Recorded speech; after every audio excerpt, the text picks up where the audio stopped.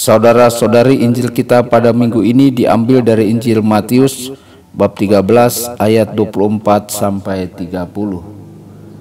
Yesus membentangkan suatu perumpamaan lain kepada mereka, katanya, "Hal kerajaan surga itu seumpama orang yang menaburkan benih yang baik di ladangnya. Tetapi pada waktu semua orang tidur, datanglah musuhnya menaburkan benih lalang di antara gandum itu lalu pergi. Ketika gandum itu tumbuh dan mulai berbulir, nampak juga lalang itu. Maka datanglah hamba-hamba Tuhan ladang itu kepadanya dan berkata, 'Tuan, bukankah benih baik yang Tuhan taburkan di ladang Tuan? Dari manakah lalang itu?' Jawab Tuhan itu, 'Seorang musuh yang melakukannya.' Lalu berkatalah hamba-hamba itu kepadanya, 'Jadi maukah Tuan supaya kami pergi mencabut lalang itu?' Tetapi ia berkata, 'Jangan, sebab mungkin gandum itu ikut tercabut pada waktu kamu mencabut lalang itu. Biarkanlah keduanya tumbuh bersama sampai waktu menuai. Pada waktu itu aku akan berkata kepada para penuai, kumpulkanlah dahulu lalang itu dan ikatlah berberkas-berkas untuk dibakar, kemudian kumpulkanlah gandum itu ke dalam lumbungku.' Demikianlah sabda Tuhan. Terpujilah Kristus.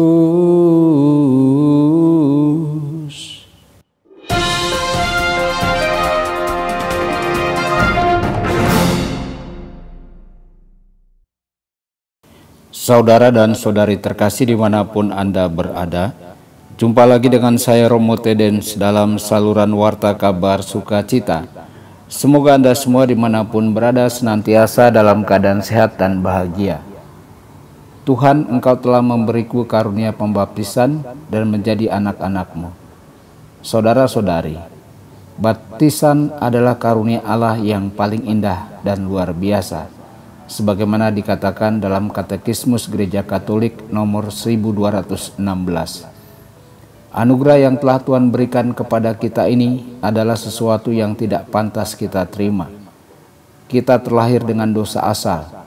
Namun dari kebaikan dan belas kasihan Tuhan yang tak terbatas, Tuhan telah memilih untuk memelihara ladang tandus kita dan menawarkan kita kerajaan surga. Melalui air yang memberi hidup dari sakramen pembaptisan, Tuhan telah mengambil ladang kita yang dulunya adalah tanah kosong dan gurun dan membuatnya subur. Tuhan telah menabur gandum di ladang kita sehingga menghasilkan buah yang melimpah.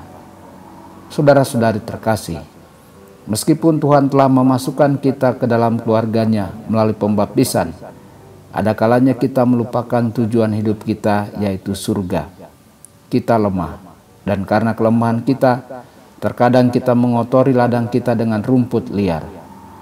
Konsekuensi temporal tertentu dari dosa tetap ada pada orang yang dibaptis, seperti penderitaan, penyakit, kematian, dan kelemahan yang melekat dalam kehidupan, sebagai kelemahan karakter dan seterusnya, serta kecenderungan untuk berbuat dosa.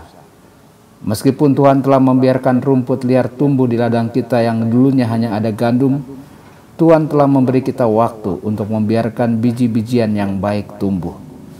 Tuhan tahu bahwa semuanya tidak hilang, masih ada harapan dan masih ada waktu. Meskipun kita telah menyakiti Tuhan karena dosa-dosa kita, dan meskipun kita belum menaklukkan diri kita sendiri dan kecenderungan kita untuk berbuat dosa, kita masih merasakan kasih dan belas kasih Tuhan. Tuhan belum menyerah pada diri kita, meskipun tampaknya kita sering menyerah pada diri kita sendiri. Tuhan telah memberi kita waktu untuk menyiangi ladang kita dan untuk meningkatkan gandum baik yang ada di dalamnya, sehingga panen yang kita hasilkan dapat berbuah dan kaya. Tuhan Yesus memberkati dan menyertai Anda semua. Sabda Allah adalah kebenaran. Sabda Allah adalah kehidupan. Mari kita mencintainya, mari kita menghayatinya, ya Tuhan yang ku muliakan. sabdamu angkat resahku.